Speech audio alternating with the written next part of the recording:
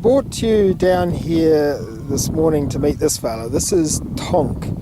Tonk has come to me because his owner wants to get back into riding and hasn't ridden him for 2 or 3 years or something. Tonk is what we call a Maori bred and broken horse, which means he's pretty gentle, so we haven't had any troubles with him. We've done his feet. He's a little titchy about getting on a horse float, so we need more training there. Looking at him, we think he's probably a Clydesdale cross. What else he might have in him is anybody's guess. The Maori broken in horses are usually pretty gentle, pretty good to handle. They do have some issues sometimes though. One is catching, and the other is getting head collars on and getting on horse floats, that type of thing. This guy, not easy to catch to begin with, and putting a head collar on, bit of a process. As you can see, he's just come up to me now. He's pretty happy as a human being. He's pretty happy as a horse. So we're just going to put his head collar on just to show how that can be done. Now, this is the horse that, as I say, putting a head collar on him was an issue in particular.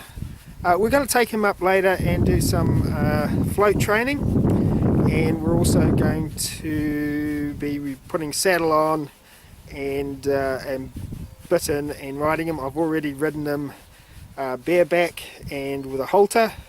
Goes well with that. So the next step is that saddle as well. See how he reacts to that. Yeah, so anyway,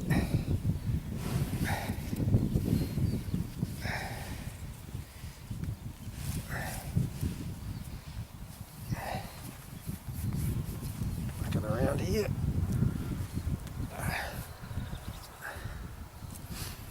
So, from a horse that, yeah, when I first went and saw him, didn't want to let me near him, and certainly didn't want me to put a head collar on him. This one's a little small for, I've got it twisted or something. A little small. Just loosen that off a bit for him, it's better. Right, that's better. So, as you can see, this horse that was once a difficult horse to put a head collar on and to catch, he now comes up to you and stands quietly to have his head collar put on, his halter put on. So I think we can call that real progress.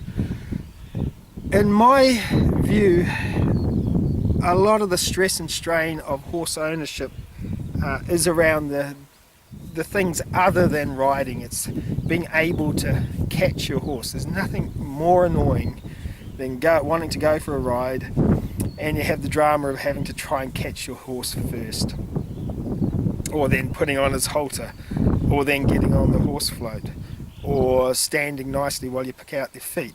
So it's these basics that usually get us all wound up even before we start riding. That if we can have those things working well for us, then everybody starts off in a good frame of mind, the horse starts off in a good frame of mind, and we as riders start off in a good frame of mind.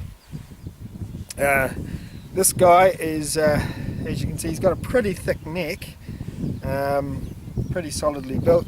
That could be some of the Clydesdale coming through, or it could be the fact that he was gelded late.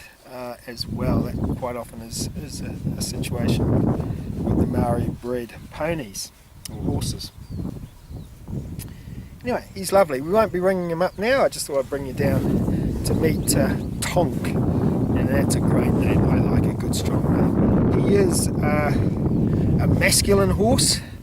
I like masculine horses, horses that have that bit of strength about him, that bit of masculinity.